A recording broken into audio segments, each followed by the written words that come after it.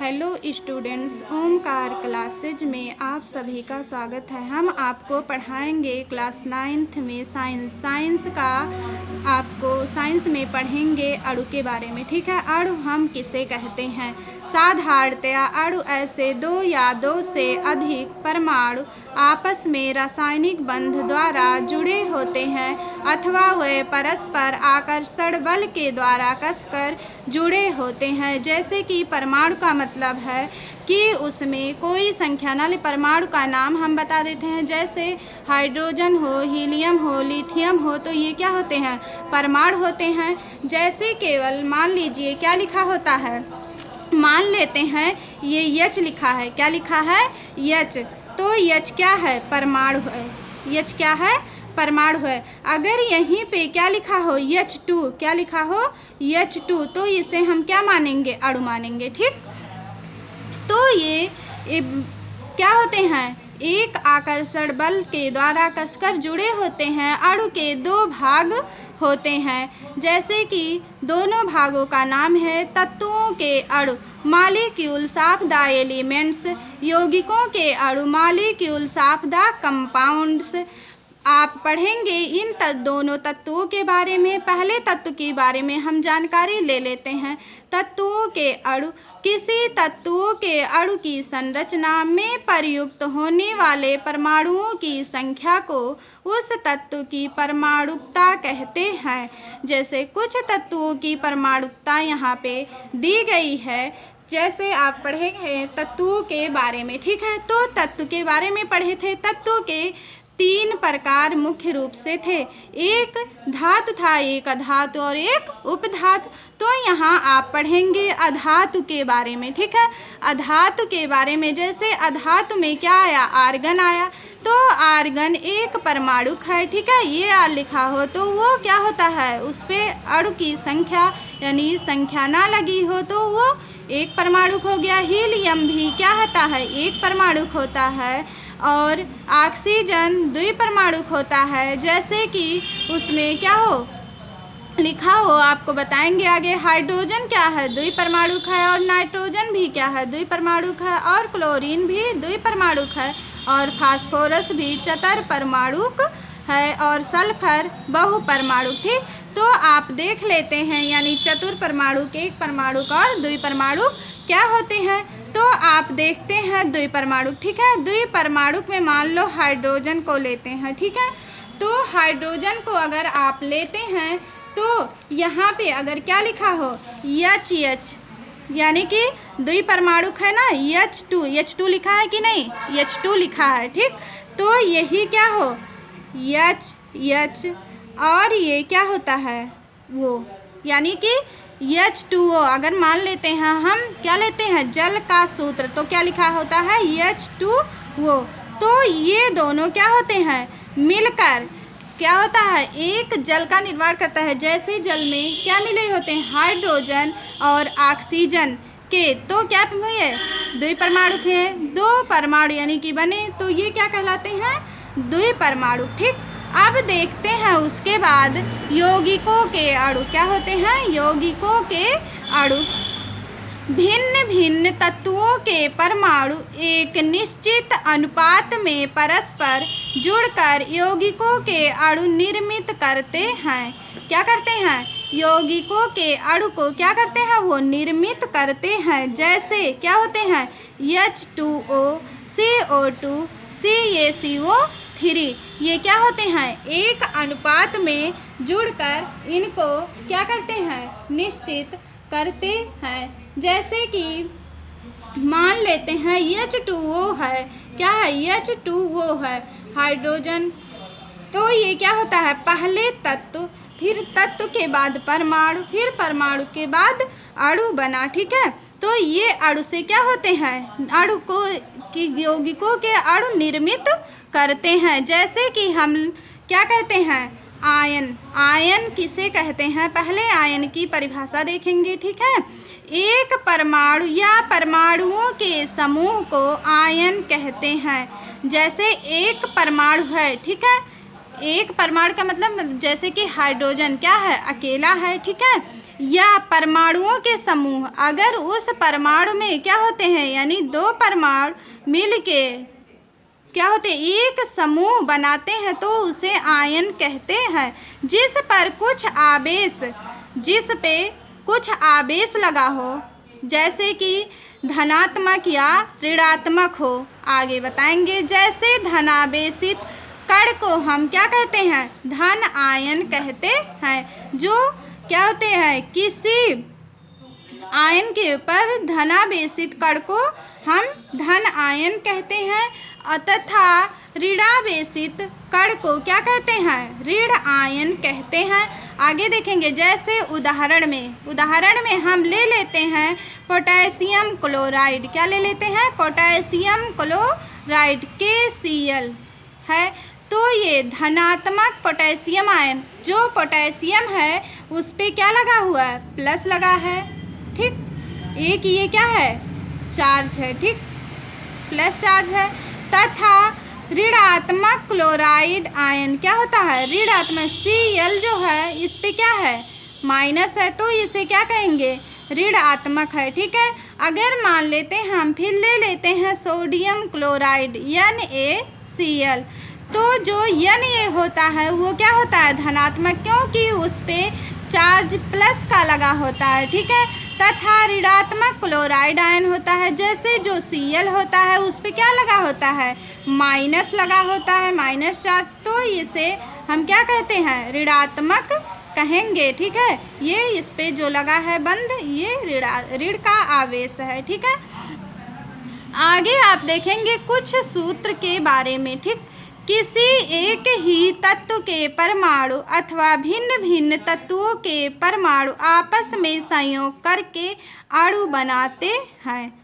मान लेते हैं कुछ क्या होते हैं, जो तत्व होते हैं और उस तत्वों के परमाणु होते हैं। क्या होते हैं, तत्वों के परमाणु जो होता है, अथवा भिन्न भिन्न तत्वों के परमाणु, यानी कि दोनों अलग अलग तत्वों के परमाणु क्या होते हैं, आपस में संयोग करके क्या होते हैं, दोनों आपस में संयोग करते हैं तो ये क्या बनाते हैं, अणु बनाते हैं। जैसे कि उदाहरण में आप देख लेते हैं H+H, ये हाइड्रोजन एक क्या होता है, परमाणु होता है। इस पे यानी कोई संख्या नहीं रखी है। अगर इसके दोनों क्रिया करते हैं तो क्या बनते हैं, H2। क्या बनता है, H2। अगर H2 लिखा तो ये क्या हुई है, हाइड्रोजन अणु है कि नहीं है। फिर अगला देख लेते हैं, N+ क्या होता है, यानी 3H। क्या होता है, 3H।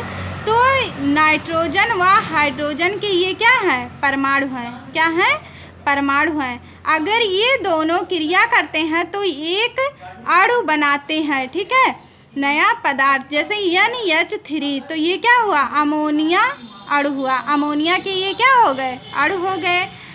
आपको स्पष्ट करना है, जैसे अणुओं को उनके परमाणुओं के प्रतीकों के समूहों द्वारा निरूपित करने पर उनके रासायनिक सूत्र प्राप्त होते हैं। क्या होते हैं, अणुओं को उनके परमाणुओं के प्रतीकों के समूहों द्वारा क्या हो जाते हैं, निरूपित हो जाते हैं। निरूपित करने पर उनकी जो क्रिया प्राप्त होती, रासायनिक सूत्र, वो क्या होते हैं, प्राप्त हो जाते हैं दोनों की क्रिया करने पे। रासायनिक सूत्र मुख्यतः 3 प्रकार के होते हैं। जो रासायनिक सूत्र होता है उसको अगर देखा जाए तो वो मुख्यतः कितने प्रकार का होता है, 3 प्रकार का होता है। एक मूलानुपाती सूत्र होता है, और एक अणु सूत्र होता है, और तीसरा क्या होता है, संरचना सूत्र होता है, ठीक है। आया ना समझ में, ये क्या होता है, संरचना सूत्र होता है। मूलानुपाती सूत्र, पहले आप किसके बारे में जानेंगे, मूलानुपाती सूत्र, ठीक है। तो देख लेते हैं, किसी यौगिक प्रतिशत रचना के आधार पर उसका मूलानुपाती सूत्र ज्ञात किया जा सकता है। कोई भी यौगिक हो, उसकी प्रतिशत क्या हो, प्रतिशत निकाला गया हो, उसकी रचना की गई हो, उसी के आधार पर मूलानुपाती सूत्र ज्ञात किया जा सकता है। और इसे ज्ञात करने के लिए कुछ क्या होते हैं, नियम को याद रखना पड़ेगा। जैसे कि उस नियम को आगे बताया गया है। सर्वप्रथम यानी सबसे पहले प्रत्येक तत्व की प्रतिशत को उसके परमाणु भार से भाग दे देते हैं। क्या होते हैं, यौगिक की प्रतिशत रचना हुई रहती है, उसमें सबसे पहले क्या करते हैं, जो तत्व दिया रहे तत्व की प्रतिशत को उसके परमाणु भार से भाग दे देते हैं। ठीक है, आगे बताएंगे। इस प्रकार प्राप्त संख्या को सबसे छोटी संख्या से भाग दे देते हैं। जैसे कि जो प्राप्त संख्या हुई रहे, जब तत्व की प्रतिशत को उसके परमाणु भार से क्या देते हैं, भाग देते हैं, तो उसमें से कुछ संख्याएं जो प्राप्त होती हैं वो सबसे छोटी संख्या से क्या देते हैं, भाग दे देते हैं। तो तत्वों के प्रतीकों को साथ साथ लिखकर उनके दाहिने व नीचे की ओर उपयुक्त पद संख्या n से प्राप्त उनकी संख्याओं को लिख देते हैं। यही उस यौगिक का मूलानुपाती सूत्र है। जैसे कि ज्ञात करने के लिए आपको बताएंगे, एक यौगिक की प्रतिशत रचना निम्नलिखित है, यानी जो यौगिक कुछ दिए गए हैं उनकी प्रतिशत रचना यहाँ पे की गई है। जैसे कि तत्व हाइड्रोजन है, यानी कि हाइड्रोजन है, सल्फर है और ऑक्सीजन है। ठीक है, तो इसकी प्रतिशत रचना दिया हुआ है। जैसे कि हाइड्रोजन का कितना है, 2.48 और इसका परमाणु भार यानी कि क्या होता है, हाइड्रोजन का परमाणु भार कितना होता है, 1 होता है। तो प्रतिशत परमाणु भार प्रतिशत अगर इसका निकालना है तो क्या करेंगे, कुछ प्रतिशत जो हाइड्रोजन की प्रतिशत मात्रा दी गई है और उसके जो तत्व दिया गया उस तत्व के परमाणु भार से क्या देंगे, भाग देंगे, तो कितना आएगा 2.48। ठीक, कितना आएगा 2.48। अब परमाणुओं का सरलतम अगर अनुपात निकालना है तो क्या करेंगे, जो इन दोनों से संख्याएं प्राप्त की गई हैं 2.48 आया हुआ है, उसमें क्या दे देते हैं, उसकी कुछ छोटी संख्या है जो 1.22 है। इस संख्याओं से जब भाग देंगे तो क्या प्राप्त होगा, 2, यानी कि परमाणुओं का सरलतम अनुपात कितना आएगा, 2 आएगा। फिर अगला देखेंगे, तत्वों में क्या हुआ, सल्फर दिया है, सल्फर का प्रतिशत मात्रा जो है वो क्या है 39.00, कितना है 39.00, और सल्फर का जो परमाणु भार है वो कितना है, यानी कि 32 है। इसकी अगर प्रतिशत परमाणु भार निकालना है तो क्या करेंगे, जो तत्वों का प्रतिशत दिया गया है वो पहले आप लिख देते हैं। ठीक है, तो परमाणु भार यानी जो तत्व है उनका परमाणु भार कितना है, जैसे कि 32 है, तो आप 32 से क्या करेंगे, डिवाइड कर देंगे, तो कितना आएगा 1.22 आएगा। ठीक, अब परमाणुओं का सरलतम अनुपात, अब क्या करेंगे, जो इसमें परमाणु भार यानी कि प्रतिशत आया है वो प्रतिशत से जो छोटी संख्या ज्ञात है उस संख्याओं से हम क्या दे देंगे, भाग दे देंगे, तो कितना आएगा 1 आएगा। ठीक है, ऐसे इसी प्रकार तत्वों में क्या दिया है, ऑक्सीजन दिया है, ऑक्सीजन का प्रतिशत कितना है 58.52 है। तो जो ऑक्सीजन है इनका परमाणु भार कितना दिया है, यानी कि 16 दिया है, कितना दिया है 16। तो अगर इसका प्रतिशत परमाणु भार ज्ञात करना है तो पहले प्रतिशत जो तत्व है उसका प्रतिशत कितना है 58.52 है। ठीक है, तो इसका जो परमाणु भार है, तत्वों का परमाणु भार कितना है 16, तो इस 16 से हम क्या दे देंगे, भाग दे देंगे, तो कितना आएगा, यानी कि 3.66 आएगा। ठीक है, फिर परमाणुओं का अगर सरलतम अनुपात ज्ञात करना है तो कितना आया था 3.66 को हम जो छोटा यानी कि एक संख्या दिया उस संख्या से हम फिर क्या दे देंगे, भाग दे देंगे, तो इन दोनों को अगर भाग देने पर कितना आएगा 3 आएगा। ठीक है, तो कुछ यौगिक का मूलानुपाती सूत्र जो होगा वो क्या होगा, H2SO3। कितना आया, H2 है और यस वो क्या हो जाएगा, 3 है। ठीक है, अब इसके बाद आप देखेंगे अणु सूत्र के बारे में। किसके बारे में, अणु सूत्र के बारे में। पहले अणु सूत्र की परिभाषा देख लेते हैं। किसी तत्व का अणु सूत्र उसके एक अणु में उपस्थित उसके परमाणुओं की संख्या प्रदर्शित करता है।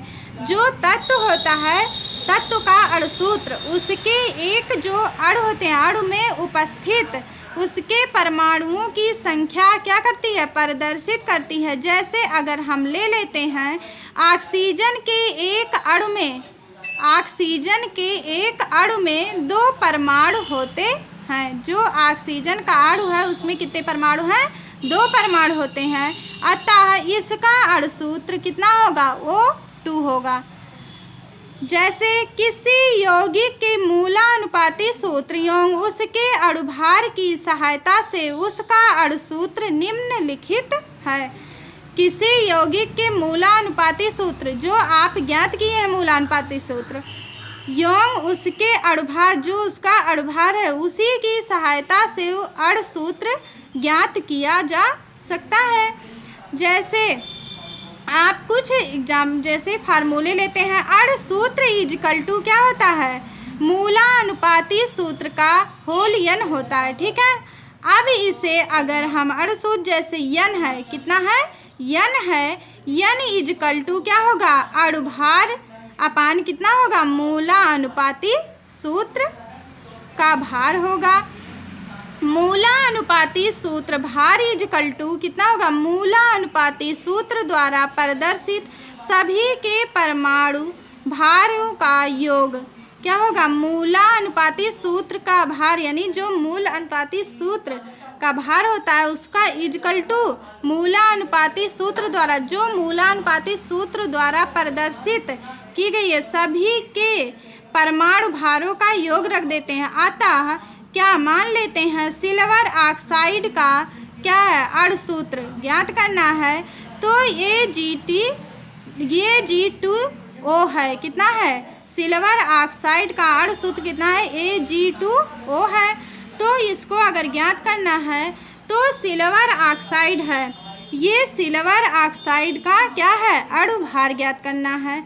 तो Ag यानी कितना है, 2, एक को मान लेते हैं कितना है, 2 Ag2 लिखा है ना, क्या लिखा था, Ag2 लिखा था। यहाँ पे आप देखे थे कि Ag2 को यहाँ लाएंगे तो 2 इंटू क्या हो जाएगा, Ag का परमाणु भार, यानी कि Ag का जितना परमाणु भार रहेगा उतना परमाणु भार हम रख देते हैं। ठीक है, फिर प्लस ऑक्सीजन यानी O का परमाणु भार, यानी ऑक्सीजन का परमाणु भार जितना है उतने से हम क्या करेंगे, जोड़ देंगे। ठीक है, तो जैसे 2 इंटू Ag का परमाणु भार कितना है, 108 है। ठीक है, प्लस कितना होगा, इसका जो परमाणु भार होगा ऑक्सीजन का उसको हम ऐड कर देंगे। तो अगर 108 से क्या करेंगे, मल्टीप्लाई 2 से क्या करेंगे, मल्टीप्लाई करेंगे तो कितना आएगा, 216 आएगा और प्लस कितना 16 को ऐड कर देंगे तो कुल मिला के कितना आ जाएगा, 232 आ जाएगा। ठीक, कितना होगा, जैसे कि सिल्वर ऑक्साइड का अणु भार इजकल टू यानी Ag2O था तो उसको 2 को यानी कि 2 से मल्टीप्लाई करेंगे, कितना उसके Ag का जो अणु भार, जो Ag का क्या था, परमाणु भार था। तो Ag का परमाणु भार कितना है, 108 है। प्लस O क्या क्या होगा, यानी कि O का भी परमाणु भार लिख देंगे। ठीक है, और अगर कितना दिया है, संख्या दी है तो उसी संख्या से Ag के परमाणु भार से क्या करेंगे, मल्टीप्लाई कर देते हैं और प्लस यानी कि वो जो होता है ऑक्सीजन का जो परमाणु भार है उसको हम ऐड करेंगे यानी जोड़ देंगे। तो दोनों को जोड़ने पर कितना आ जाएगा, 232 आ जाएगा। फिर आगे देख लेते हैं, जैसे क्या दिया है, सोडियम सल्फेट का अणु सूत्र क्या है, सोडियम सल्फेट का अणु सूत्र Na2SO4 है। तो सोडियम सल्फेट का अणुभार अगर हमको क्या करना है, ज्ञात करना है तो Na2 यहाँ दिया हुआ है। ठीक, तो टू इंटू यानी कि 2 से मल्टीप्लाई करेंगे, Na क्या होगा, सोडियम का परमाणु भार, सोडियम का परमाणु भार आपको याद होना चाहिए, प्लस क्या करेंगे फिर प्लस यस का परमाणु भार, यानी जो यस का होगा उसका भी परमाणु भार ज्ञात कर लेंगे। फिर क्या करेंगे, प्लस 4 इंटू ओ का परमाणु भार लिख देंगे, तो 2 है यहाँ पे, ठीक है 2। फिर n यानी कि क्या है 2 इंटू 23, फिर क्या करेंगे प्लस कितना है 32, इसका परमाणु भार कितना है 32 है। और फिर ऑक्सीजन क्या है, ऑक्सीजन का परमाणु भार क्या 4 दिया है, तो 4 इंटू कितना हो जाएगा 16, तो इसका परमाणु भार कितना है 16 है। तो दोनों को पहले मल्टीप्लाई करेंगे 23 और 2 से, तो कितना आएगा 46, आया ना समझ में। और यहाँ कितना है 32, तो 32 को ऐड करना, तो 32 हम यहाँ रख देंगे, प्लस कितना है इन दोनों से मल्टीप्लाई यानी कि 44 और 16, 4 इंटू 16 है, दोनों से अगर मल्टीप्लाई करेंगे तो कितना आएगा 64। अगर इन तीनों को आप ऐड करेंगे तो कितना आ जाएगा 142। आया ना समझ में इतना।